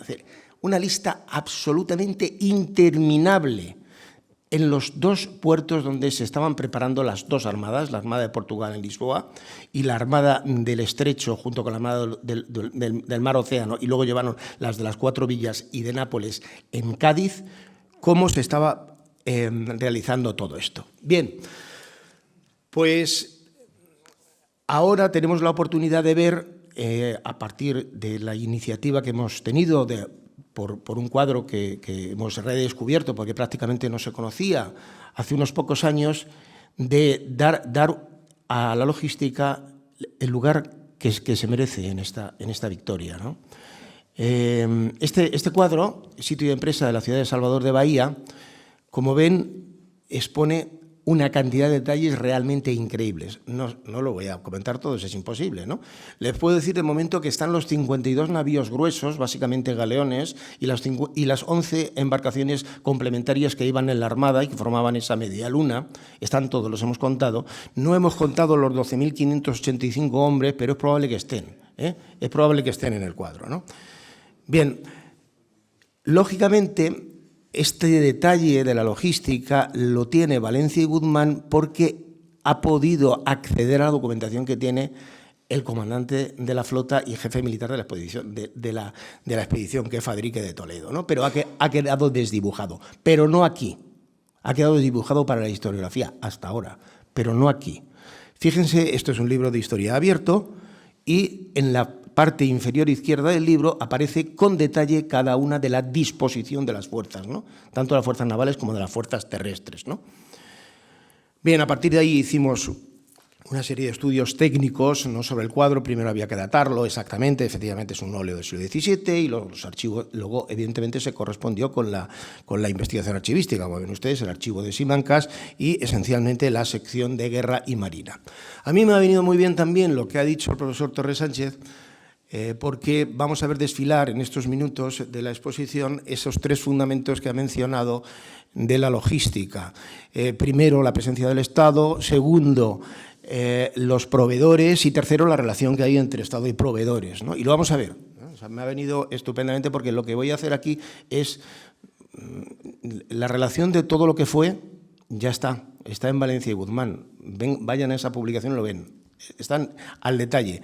Aquí lo que vamos a hacer es un repaso de las claves de la importancia que se dio a la logística en esta operación, ¿no? A través de los documentos, ¿no? A través de lo que es la materia prima, ¿no?, del historiador, ¿no? El Consejo de Guerra, una vez que se conoce en julio de 1624 la noticia de ese zarpazo holandés, hay un debate muy grande, porque la monarquía tiene mucho que hacer.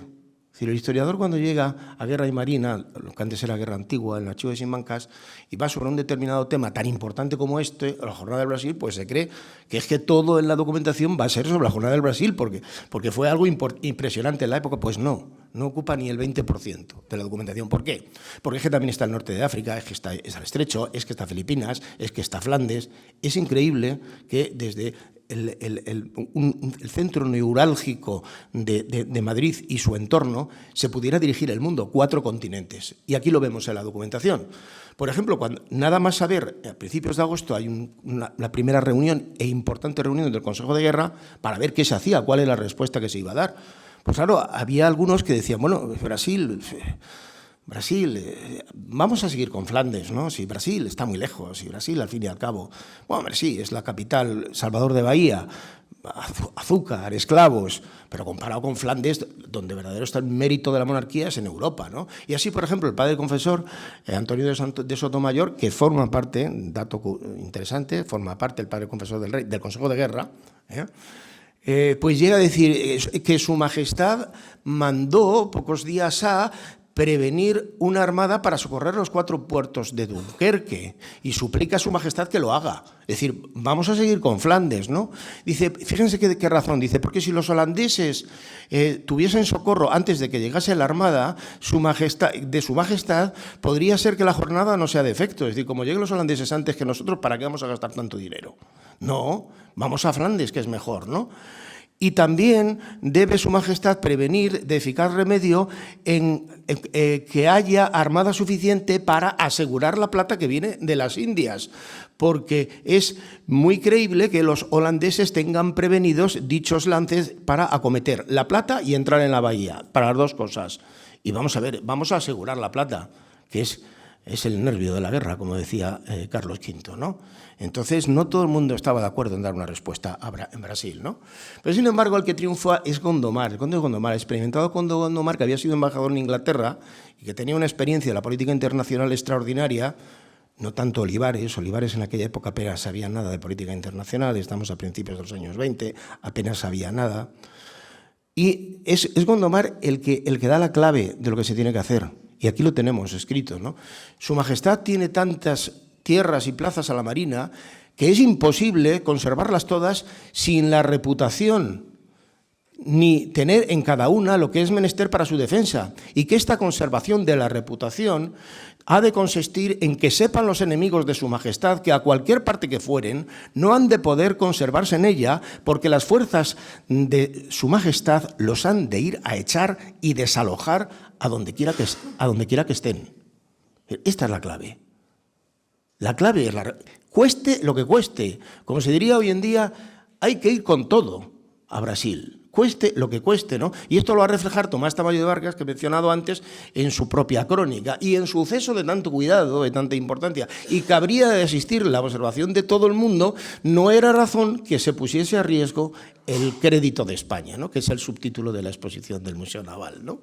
El crédito de España. Pues en ningún caso podía mejor empeñar su poder que en este. Y así se mandó que para la prisión fácil del dinero, que era inexcusable, se juntasen el marqués de Montesclaros, presidente de Hacienda, Juan de Prodoso, etcétera, etcétera, ¿no? Es decir, hay que ir con todo. Y entonces, a partir de ahí, una vez que se determina hay que ir a Brasil, y rápido, y con todo, ¿no? Pues empezamos con los elementos humanos, ¿no? ¿A quién designar? Pues al almirante que con mucha diferencia era el más reputado de la época, don Fadrique de Toledo, ¿no? Y don Fadrique de Toledo le escribe esta carta al rey poniéndose a su disposición, ¿no? Muy interesante, ¿no? Firmada por él. Lo que pasa es que no la he podido poner entera, porque lógicamente no quiere aburrirles con todo, ¿no? Pero a cualquier parte del mundo, sin estorbo ninguno ni embarazo, iré sirviendo a vuestra majestad con el celo y deseo en que mis antecesores no me aventajaron. En partes personales muy atrás quedo. La persona y mi vida son de vuestra majestad, por más antiguo ofrecimiento que el que ahora hago de nuevo para la presente jornada del Brasil, y en cualquier caso sin reservación, hasta en el de embarcarme en un barco roto, puede vuestra majestad disponer de mí en esta jornada. Hasta en un barco roto, sí. Bueno, pues don Fadrique, una vez que se designa, aquí no hay que escatimar esfuerzos. O sea, no hay que escatimar dinero en absoluto. Y las conversaciones con el rey, las cartas que se cruzan desde Cádiz, son constantes, ¿no? En este sentido, ¿no? En navíos, en gente, en artillería, municiones y bastamentos, lo que pareciere ser menester la real mano de vuestra majestad no se debe acortar, y añadiéndose se hará la cuenta cabal, siendo cierto que nunca sobra. Es decir, hay que ir con todo, como decía antes, ¿no? Y luego, además, don Fadrique dice, tratándose de una operación de desembarco, porque además va a haber una operación anfibia, por lo tanto, siendo tan pláticos en fortificar y defenderse los holandeses, se considere la gente que será menester para la empresa, suponiéndose que, habiéndose de pelear en el mar, antes de echar la gente en tierra, como ha de ser por fuerza, y teniéndose victoria, ha de ser a costa de mucha de ella. Es decir, vamos a tener bajas. Vamos a tener bajas, y hay que tener presente esto, ¿no? Y se ha de llevar resguardo de la que ha de enfermar. Es decir, vamos a tener también enfermos y quedar en los navíos de guardia. Es decir, vamos a desembarcar y hay gente que se va a tener que quedar de guardia, ¿no? Y más no siendo la gente de la Armada plática en tierra. Es decir, es que no es lo mismo combatir en el mar que combatir en la tierra. Y la gente de la Armada no es plática, no es experimentada en tierra. Dice, a ver, 630 italianos bisoños. Es decir, 630 italianos que es como si no estuvieran porque son novatos. Y luego espero que no haya aquí ningún portugués, porque luego dice, y que la infantería de Portugal será como suele. Y así, juzga por necesario sacar de las fuerzas de África y meter otras tantas de la Bisoña, ¿no? Esta idea la vamos a ver también en Gondomar, esto es muy importante. Bueno, Felipe IV, incluso todo el mundo se quiere enrolar para la Jornada del Brasil. Bueno, todo el mundo que evidentemente ve en esto una oportunidad extraordinaria, especialmente los portugueses.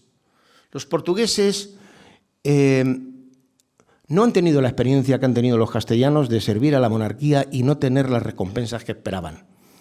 Lo que ellos llaman la jornada de los vasallos, se apuntan en masa, se enrolan en masa, pensando, al fin y al cabo es una colonia de Portugal, Brasil, estamos, como saben ustedes, en la Unión Ibérica, ¿no? Pensando en las recompensas que le va a dar el rey de España. Y hasta el propio rey de España, Felipe IV, quiere participar, como luego lo hará en el Frente Catalán, en la jornada del Brasil. Claro, el conde duque de Olivares se niega en rotundo, ¿no? Solo le faltaba, sin el rey, Olivares no es nadie, no puede arriesgar lo más mínimo a que vaya el rey. Pero, aún así, se alistan, el Consejo de Guerra está lleno de peticiones de soldados de ventaja para alistarse en la Jornada del Brasil, y les he traído esta, que formó parte de la exposición también, porque es muy interesante, ¿no? A un marinero, hijo de un noble, se le quita su condición de noble por parte de su padre por haberse casado sin su permiso, ¿no? Y dice, es una consulta al rey. Refiere don Luis Contino, hijo del conde de Redondo, en un memorial que ha presentado, que ha 14 años que se le quitó el fuero de Hidalgo por haberse casado contra la voluntad de su padre y que sirve en la Armada desde el año de 618, habiendo hallado en las ocasiones que se han ofrecido, en cuya consideración y de que va continuándolo el servicio en esta jornada del Brasil, suplica a vuestra majestad le haga merced de que se le restituya su fuero desde el día que se le quitó y pueda gozar su encomienda. Es decir, se va a Brasil por muchas cosas, para tener un hábito de las artes militares, para tener una encomienda, incluso para volver a ser noble, como estamos viendo, para ser soldado de ventaja. Es decir, es una oportunidad para muchos soldados que tengan en cuenta que ha habido la tregua de los 12 años y, por lo tanto, no ha habido oportunidad para muchos soldados de llevar a cabo las aventuras, de conseguir medrar y conseguir puestos importantes dentro del ejército, y ahora la hay, ¿no? Y esto es muy interesante porque es pionero. Esto es pionero en el mundo. La consideración de lo que diríamos la asistencia social de los combatientes, ¿no? Fíjense, Tomás Dubio Calderón, que es un contador de la Armada, en Cádiz, 2 de septiembre, dice, estoy equivocado ahí, la fecha es, 2 de septiembre de 24, sí, perdón, está bien. Tomarán más paga, además de para la ropa, para dejar en sus casas. Es decir, se le tiene que pagar a los soldados no solo por el servicio que están haciendo, sino para que tengan dinero en sus casas. Mucho importa dar satisfacción a esta gente para que vaya contenta y consolada de dejar remedio a sus mujeres, que así valen por 1 por 10 y se aseguran aún los buenos efectos. Y de lo demás no puede resultar cosa buena, porque esta gente no espera ni pretende más que el sudor de sus rostros, pues sin este no pueden pasar. O sea, fíjense que están pensando en que las mujeres que quedan de los soldados queden también con una parte de la paga por esa asistencia social que tiene que dar la Armada.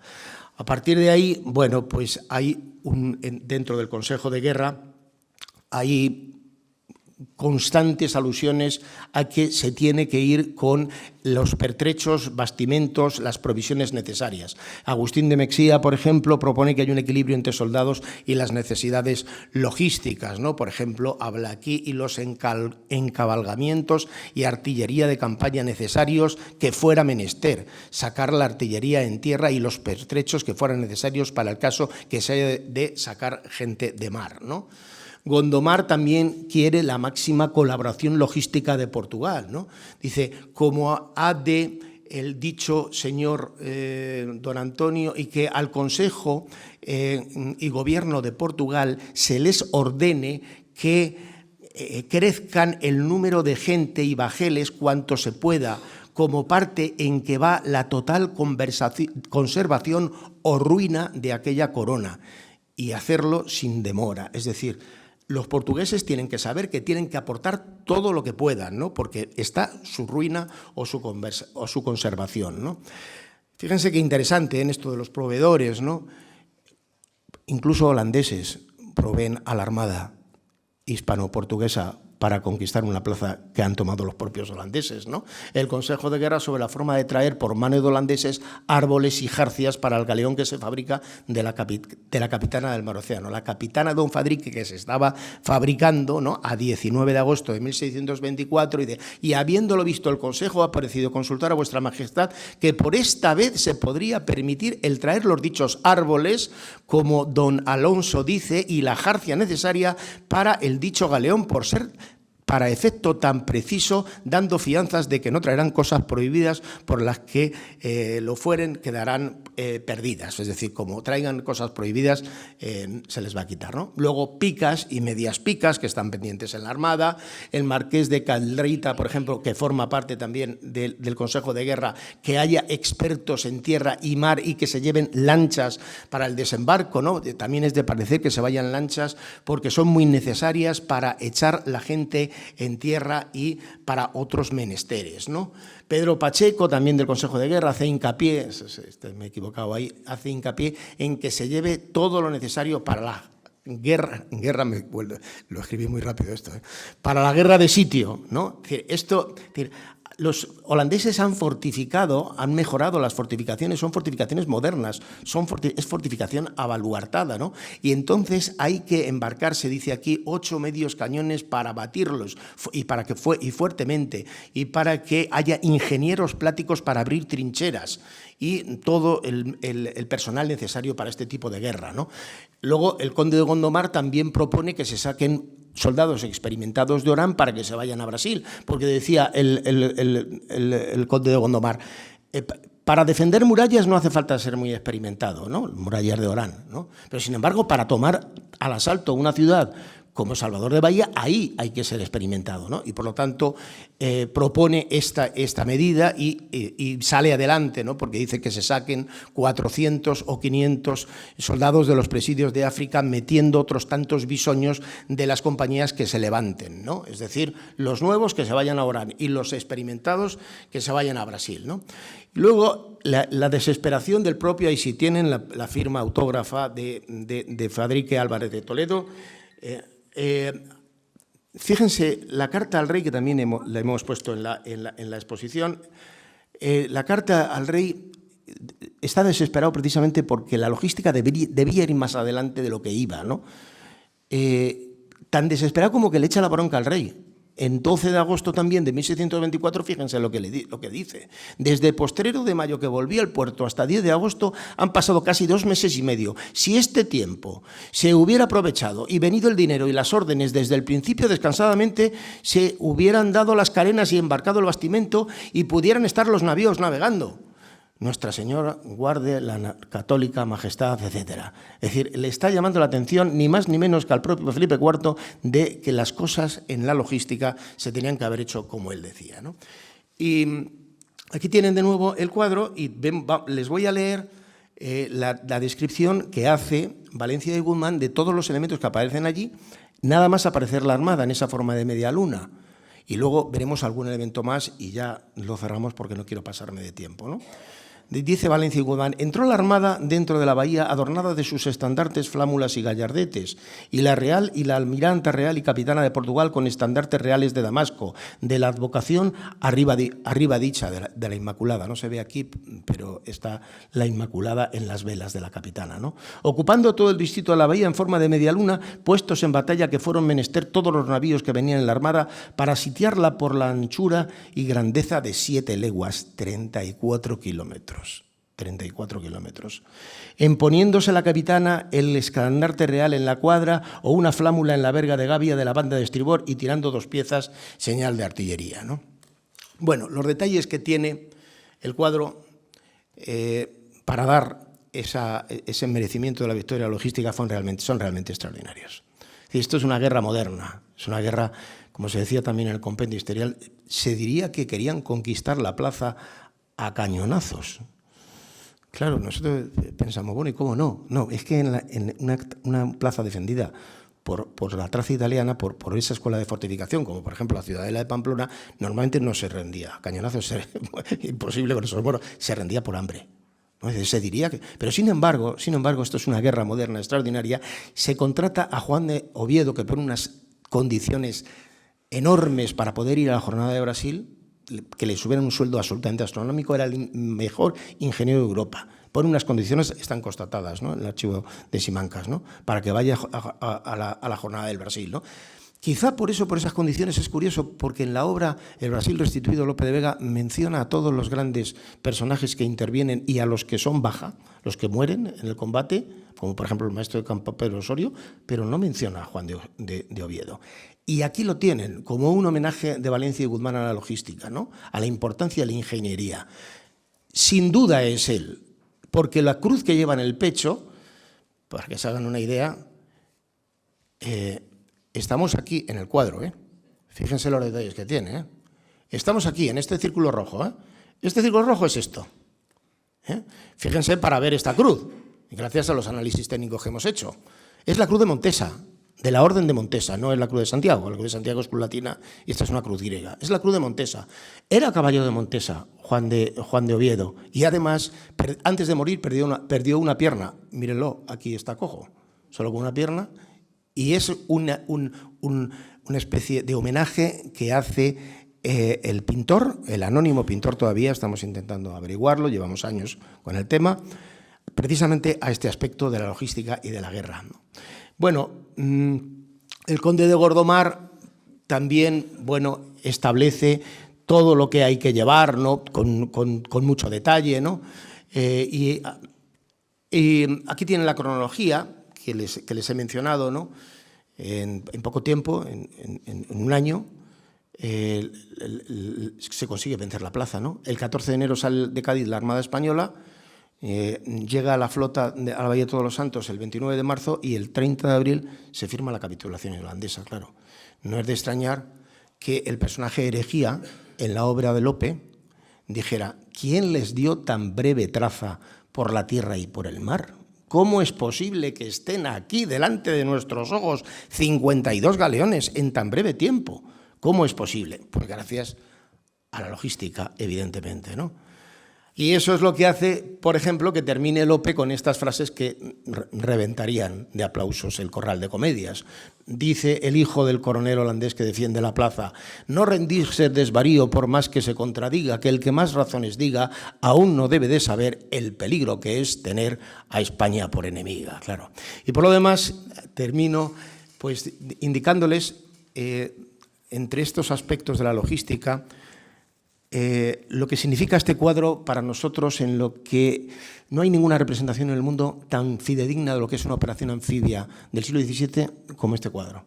Ni siquiera, o del siglo XVI, ni siquiera este fresco de la rendición de la isla Terceira, ¿no?, del desembarco de Álvaro de Bazán en la isla Terceira en 1583, en el fresco en la sala de batallas del Escorial. Fíjense, es una representación absolutamente burda y además absurda, porque no, yo no sé mucho de táctica militar, ¿no?, pero desembarcar en una playa como esas, lleno de escollos y lleno de problemas, no creo que sea lo más adecuado, ¿no? Sin embargo, fíjense, en las dos playas en las que se produce el desembarco, en Agua de Meninos y en la playa de San Antonio, fíjense cómo se representa maravillosamente en el cuadro, desde la llegada a las propias playas, desde las lanchas que están abarloadas a los galeones, cómo se bajan.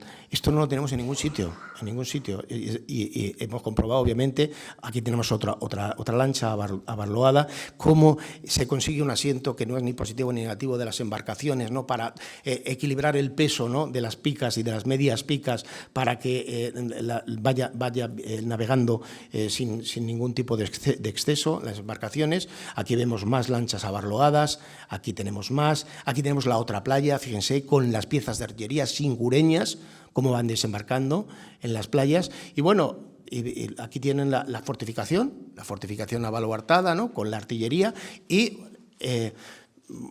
la artillería, las trincheras y todos los parapetos que se hacen para rendir la plaza. Esto hubo un gran problema de minadores, de barreneros, es decir, de artilleros. Era el gran problema logístico en cuanto al reclutamiento de gente de tierra, ¿no?, y de gente de mar, ¿no? Bueno, y por último, el propio Fadrique Álvarez de Toledo, que sí aparece en el cuadro para darle esa parte de la victoria, ¿no? Por lo demás, pues a partir de este proyecto escribimos un libro del equipo de investigación, basado, ¿no?, en los documentos de archivo y lo que hemos mencionado lo que hemos mencionado del cuadro. Hubo por parte de la Armada Española un obsequio. Aquí tenemos al coronel Santiago Acosta, que recordará perfectamente este obsequio de esa réplica del cuadro al Museo de la Marina en Salvador de Bahía, aprovechando la estancia de Juan Sebastián del Cano en Salvador de Bahía. Estuvo Enrique Esquivel allí también, su director del Museo Naval. Y la exposición, ¿no? La exposición que bueno, pues tengo que decirlo, tú has tenido un premio de exposición nacional, ¿no? Precisamente, que es rarísimo que se la dé a un organismo que no depende del Ministerio de Cultura, y sin embargo es el Ministerio de Defensa, ¿no? Una exposición inaugurada por Su Majestad el Rey, y dentro de poco se estrenará en los cines de España una película que ya hemos visto algunos, una película documental sobre toda esta investigación. Si quieren coger el tráiler, del enlace, pues ahí lo tienen. Y disculpen si me he pasado un poco de tiempo. Muchísimas gracias por su atención.